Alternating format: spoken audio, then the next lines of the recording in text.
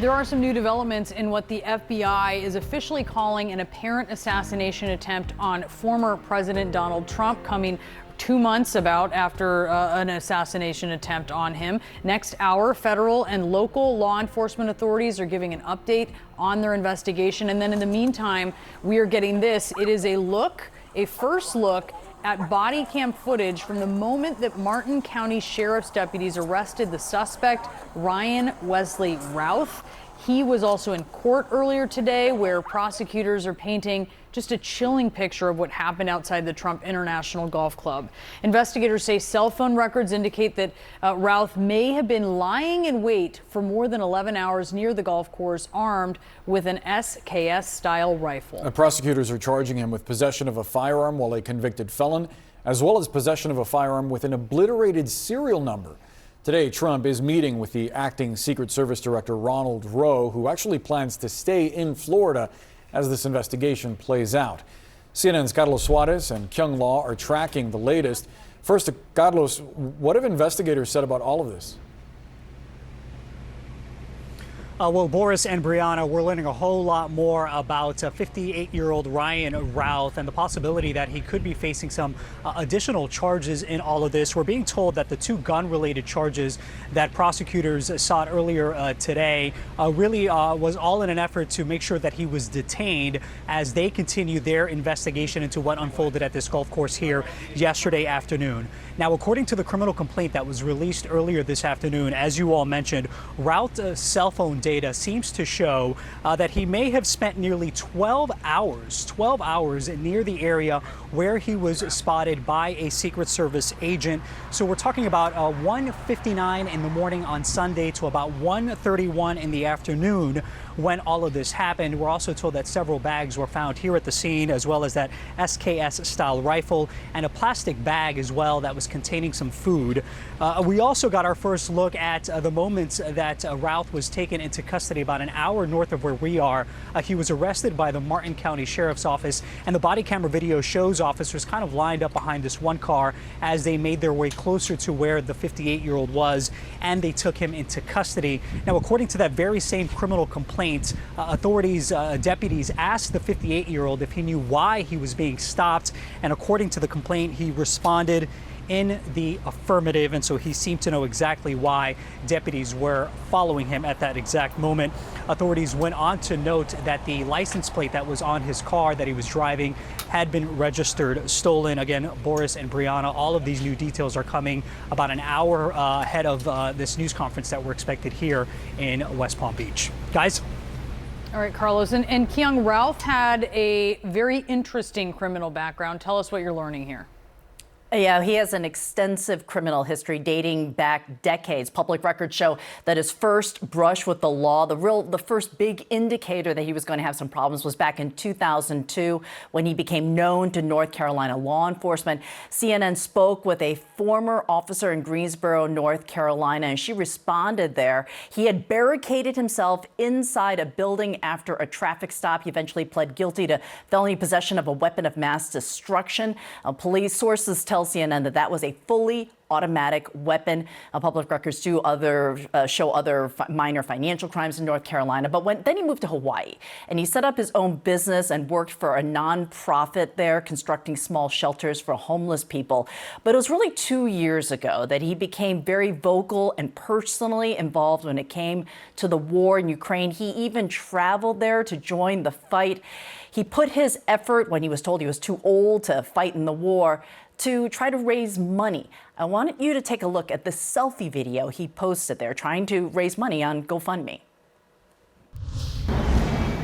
Good morning. Most wonder what I'm doing in Ukraine.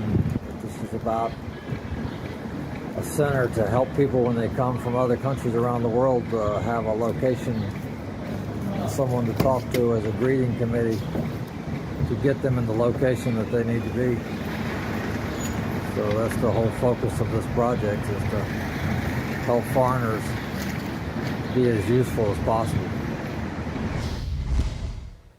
So I spoke to an acquaintance who knew him around this time, Boris and Brianna, and they say that he was someone who was singularly driven, especially by the Ukrainian cause. Yeah, singularly driven seems to be a very much a theme of his personality. Kyung Lah, thank you so much. Of course, it's still very early in this investigation. Let's bring in retired Secret Service agent Robert McDonald, who's also a lecturer of criminal justice at the University of New Haven.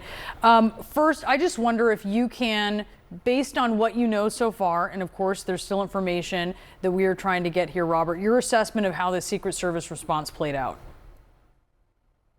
Well, I think mindful of the fact that the Secret Service protective advance and response on July 13th was full of some holes, I think the Secret Service did a very good job yesterday. The diligence of that agent who was out in front of the former president's golfing hole, in other words, 1 or 2 holes ahead, and his ability to see that rifle coming out of the foliage or out of that fence area, absolutely fantastic. It shows he was on the ball, or she was on the ball, doing exactly what they're supposed to be doing. You know, one of the hits that the Secret Service took July 13th was that perhaps they were getting a little bit complacent, you know, doing the same things over and over again. And I think, as I said with you folks last time I was on with you, this was an opportunity now coming out of the 13th to retool, reboot, and reset what the Secret Service does, refocus on what they're doing, and make sure that their protective apparatus and platforms are fully in place. And I think they did a good job here. What are some of the unique challenges to secure an area like a golf course? I imagine that creates some unique challenges. Yeah, absolutely. A very wide open area, many acres, undulations in the terrain there. Here's an individual that obviously did a little bit of homework, I'm assuming, and was able to secrete himself into that area some 12 hours before the former president was coming to play golf. I think an interesting question is, how did he know that the former president was going to be playing golf there if it was what we would call an off-the-record movement, which I'm sure you're aware of, maybe not on the president's schedule. So he either was in the area for a while doing his homework or got extremely lucky to be at the golf course where the former president was playing yesterday. Robert, this is stunning, right? Where about 2 months ago, we see an attempt in Pennsylvania. Now this. How worried are you that this is going to inspire others, copycats, opportunists, when it comes to all kinds of protectees of the Secret Service? Yeah, absolutely. Great question, Brianna. It is a big concern. You know, we're obviously talking about it in most of the news stories today on various networks. It is generating interest. People are seeing that the Secret Service had issues with the Butler venue 9 weeks ago. You're seeing more talking about the Secret Service and their protection of former President Trump at the golf course yesterday. This generates a lot of interest from people. And are they going to continue to try to test the Secret Service? I think the Secret Service has implemented different plans and personnel and asset allocation since July 13th, some of which we see, some of which we don't see. And I think the service is going to continue to be tested here as we move forward into the home stretch of the campaign season. It's a busy time. You've got the UN with 150 to 190 heads of state in New York. We just came out of 2 conventions in Chicago and Milwaukee, and now we've got the home stretch to November. So a lot going on in the Secret Service. Certainly not an excuse for what happened in July or what happened yesterday, but the Secret Service is stretched a little thin right now, and it's definitely a concern. In the wake of a number of insinuating remarks from people in the former president's orbit and others, you can say that are not necessarily acting in good faith, there have been calls from lawmakers and analysts calling for the FBI and the Secret Service to put out as much information as possible about this incident to avoid conspiracy theories and other misinformation and disinformation going out there, suggestions that there's some kind of conspiracy behind these attempts. I'm wondering what the challenges are when it comes to conducting an investigation and, you know, for prosecutors to secure every answer that they possibly can going into what will likely be something that's adjudicated in court, and providing the public with information that's necessary in order to avoid any kind of insinuation.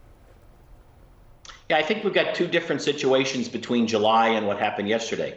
July, we had the individual taken out and neutralized by agents of the service. And we had a lot of cell phone video. We had a lot of indications of the gentleman or the young man on top of the roof. There was a lot of information already out there. the death of the perpetrator of that really negated a lot of the reason to keep a lot of the investigative information quiet and down without being disseminated. In this case, we have someone who's now going to be going to trial. So the Secret Service, the FBI, is going to have to be very sensitive as to the amounts and the types of information that they put out so as not to jeopardize the potential trial in this case. So I'm a big proponent of getting as much information out, but this gentleman has rights as he moves forward in the criminal justice system, and they're going to have to be very cognizant of not putting too much information out to jeopardize the criminal case.